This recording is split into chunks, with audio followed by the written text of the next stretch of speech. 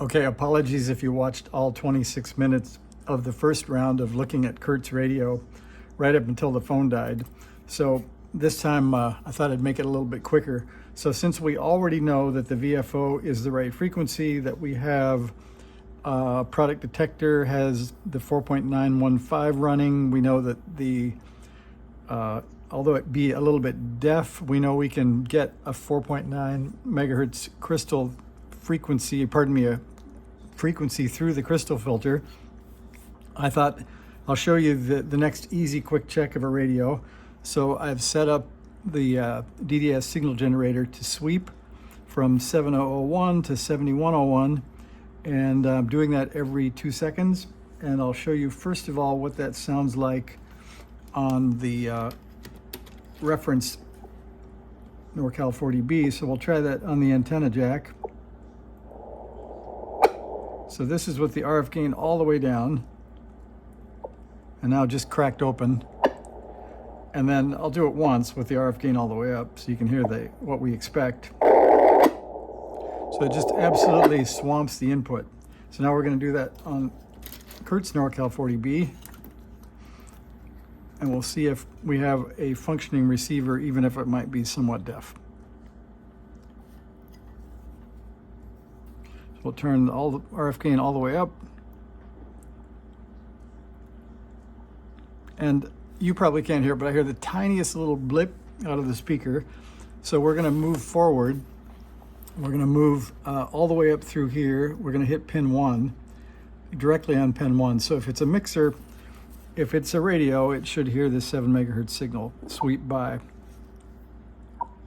So just barely, with it directly fed into pin 1 of the RX mixer. So something after this is severely attenuating it, but it is a radio. So now we'll go through and see if we can do some debug as to see why what's coming out of the mixer isn't the way it should be. It's just a little bit, maybe not perfect, but we'll just try a quick probe of the mixer itself. So feeding in that signal, first of all, we can look at pin 6, which is the VFO. So here is pin 6 of the mixer, and you can see that is about a volt, 1.3 volts of VFO signal on pin 6. That's okay. And then we'll look at the output, and we don't see anything right now. That's pin 4. Is that right? Yeah, it could be 4 or 5. So we have nothing coming out yet. Now we'll put in our 7 megahertz signal into pin 1 here. My capacitor is sort of frail for a probe. So we do have a mixer signal coming out at about 500 millivolts, but as you can tell, it's pretty quiet. So I'm going to call that the 4-minute second Curt video because I need to run off and get some dinner. I'll come back and we'll see why it's so deaf. So we definitely have a 7 megahertz receiver.